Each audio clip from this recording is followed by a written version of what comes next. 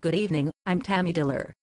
On tonight's program, we discuss President Obama's budget, which recently passed the House and Senate with no Republican support. It seems that the president's goal of creating a bipartisan tone in Washington is proving more difficult than it once seemed. What can President Obama do to bridge the gap between the two parties, and what, if anything, will the Republicans do to meet him halfway? Joining me now to help answer these questions, or maybe just to shed some light on them, or maybe just run his mouth with me on this issue, because we have a lot of time on our hands, is Republican strategist Rod Small. Good evening, Rod. Good evening, Tammy. Rod, we've now seen the president fail to attract widespread Republican support for both the stimulus package and his budget. Who is to blame for this partisan divide? Tammy, I can't tell you how disappointed I'm in President Obama.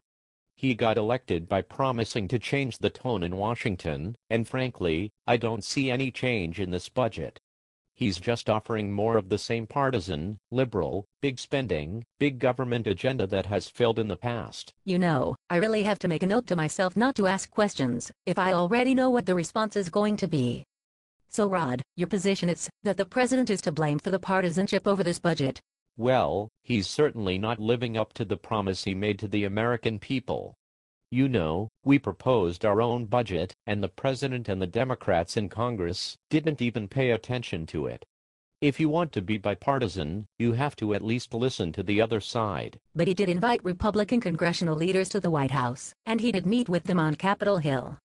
He also held a meeting on fiscal responsibility with members of both parties. How can you say that he's not listening to the Republicans? Look, Tammy, being bipartisan means more than just inviting people over to watch the Super Bowl and have some drinks. It means you have to actually respect what they're saying.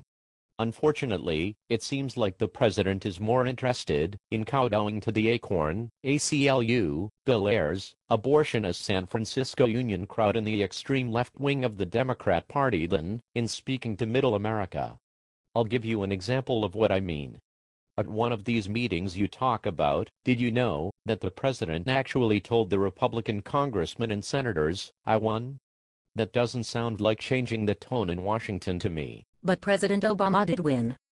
There's no disputing that. Don't you think that elections have consequences?